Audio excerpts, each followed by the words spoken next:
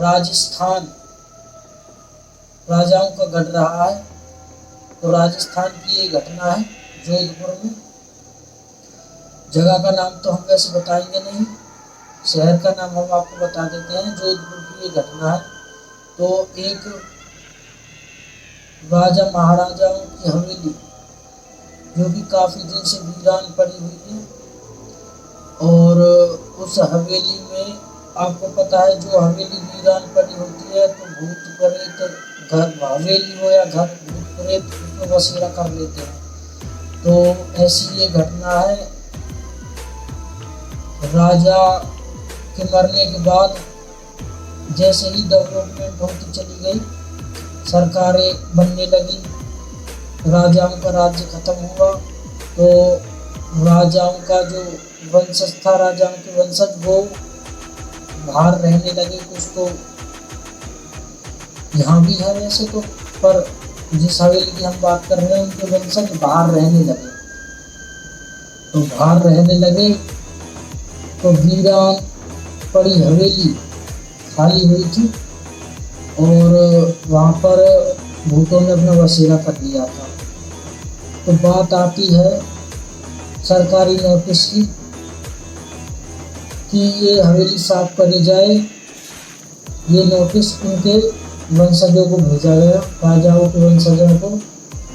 तो भाइयों, राजाओं के वंशजों ने कदम उठाया। उनकी एक जो राजा थे, पोती थी, वो अपने बच्चे के साथ वहाँ हवेली पर आ चुकी थी। उसका 7 साल का बच्चा था, और उसका हस्बैंड जो उनके पति थे उनका कार एक्सीडेंट में देहांत हो चुका था। तो जैसे ही वो हवेली पर आई तो उसने एक कमरा साफ करा, उसमें रहने लगी। और हवेली काफ़ी बड़ी थी तो साफ सफाई के लिए काफ़ी मजदूर लगने वाले थे। तो मजदूर आए, मजदूरों ने काम चालू किया। तो उसी रात जब राजा की जो नातिन थी वो अपने कमरे में बच्चे के साथ लेटी हुई थी, तभी रात को 1-1:30 बजे एक पक्षी आकर खिड़की में लगता है, और उससे झट से ही राजा की जो पोती थी उसकी आंखें खुल जाती हैं, और वो घबरा कर देखती है कि एक पक्षी खिड़की में फंसा हुआ है और खून की बूंदें फर्श पर गिरी हुई है। तो ऐसे में उसने अपने बच्चे को जगाना ठीक नहीं समझा, क्योंकि वो छोटा है, डर जाएगा। तो राजा की पोती ने हिम्मत करके पक्षी को खिड़की से नीचे गिराया और खून की बूंदें कमरे से साफ कर दी। तो उस रात को तो नींद नहीं आई उनको। सुबह जब कर्मचारी आए तो उन्होंने सोचा किसी की शरारत होगी, और उन्होंने कर्मचारियों से पूछा क्या किसी ने रात को पक्षी हमारे कमरे में आया था जो खिड़की से टकराया था, कि किसी की शरारत तो नहीं थी। तो उन्होंने मना कर दी, नहीं, यहाँ तो हम रात में कोई थे भी नहीं, और अभी हम वहाँ से निकल के आए हैं, आपकी खिड़की के वहाँ कोई पक्षी भी नहीं है। तो राजा की जो पुत्री थी उन्होंने जाकर देखा, वहाँ पक्षी था, वहाँ पक्षी का कोई पंख भी नहीं था, ना ही खून की बूंदें थी। तो आश्चर्यचकित हो गई। तो उसने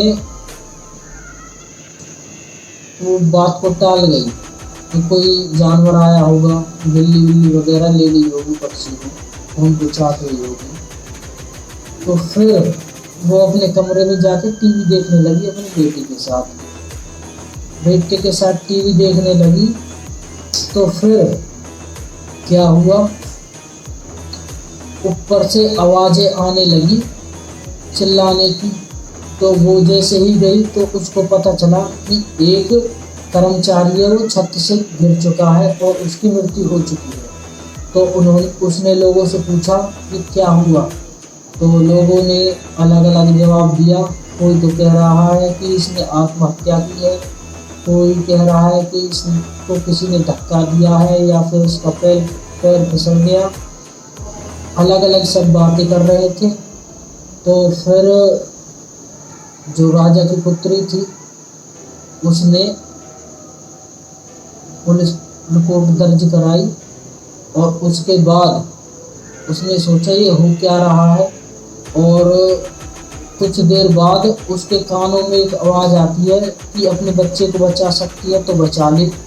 वो भाग के कमरे की ओर गई जहाँ पे उसका लड़का टीवी देख रहा था अकेला।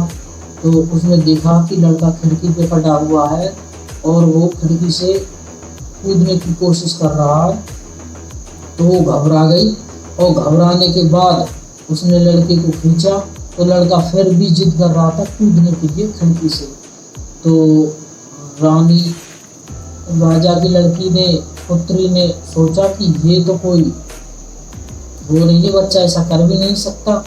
तो उसने लोगों से पूछा ये क्या हो रहा है। तो लोगों ने बताया कि आप इस हवेली का इतिहास जानो और इस हवेली की जो इतिहास की किताब है वो यहाँ के पूर्व सरपंच के पास है जिनका देहांत हो चुका है, तो उनके बच्चों के पास वो किताब मिल जाएगी।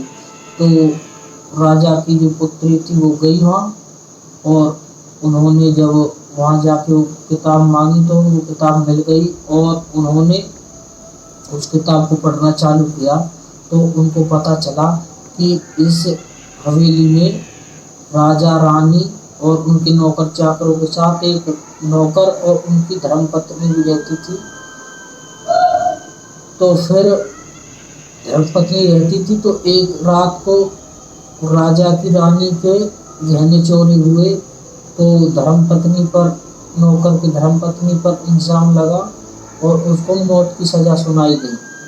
तो मौत की सज़ा सुनाने के बाद जब उसको मौत की घाट उतार दिया गया तो उसका जो पति था नौकर था वो भी उसके गम को सहन नहीं कर पाया और वो भी चल बसा, उसने भी आत्महत्या कर ली।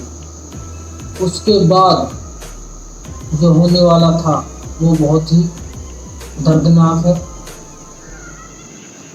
हवेली में अलग अलग घटनाएं घटने लगी, किसी के साथ क्या हो जाता था, किसी को रात को ही कोई दबा लेता था या फिर किसी की लाइट बंद हो जाती थी कमरे की, ऐसी ऐसी घटनाएं होने लगी। तो एक रात क्या हुआ, राजा भी बीमार पड़ गए। तो राजा बीमार पड़ गए तो एक रात राजा की भी मृत्यु हो गई। उसके बाद ये हवेली सुनसान सी हो गई। हवेली को छोड़कर राजा के जो बेटे थे वो भी अलग रहने लगे और उसके बाद उन्होंने यहाँ से जाना ही ठीक समझा, वो बाहर रहने लगे। ये कहानी सुनकर राजा की जो पुत्री थी वो भी बहल गई और उनको पता चला कि वो सबसे बदला ले रहा है जो नौकर था, और वो डर गई अपने बच्चे को लेकर कि ये बच्चे को भी कुछ भी कर सकता है, मुझे भी कुछ भी कर सकता है। तो उसने अपनी गाड़ी उठाई और अपने बच्चे को लेकर वो एयरपोर्ट की तरफ रवाना हो गई और उसके बाद वो कभी भी वहाँ से लौट कर नहीं आई और वो हवेली सरकार ने अपने कब्जे में ले ली। अब वहाँ पर सब साफ सफाई हो चुकी है और टूरिस्टों का आना जाना लगा रहता है। मैं उस हवेली का आपको नाम तो नहीं बताऊंगा, लेकिन अब भी लोग बताते हैं कि वहाँ से आवाज़ें, डरावनी आवाज़ें वो आती रहती हैं। और भाइयों, ये थी आपकी कहानी। तो हमको ऐसे ही प्यार बनाए रखें, हमारे वीडियो को सब्सक्राइब करें, चैनल को सब्सक्राइब करें, वीडियो को शेयर करें। और भाइयों, हमारा इंस्टाग्राम है, उसका लिंक मिल जाएगा आपको डिस्क्रिप्शन पे, तो उसको भी फॉलो कर लें।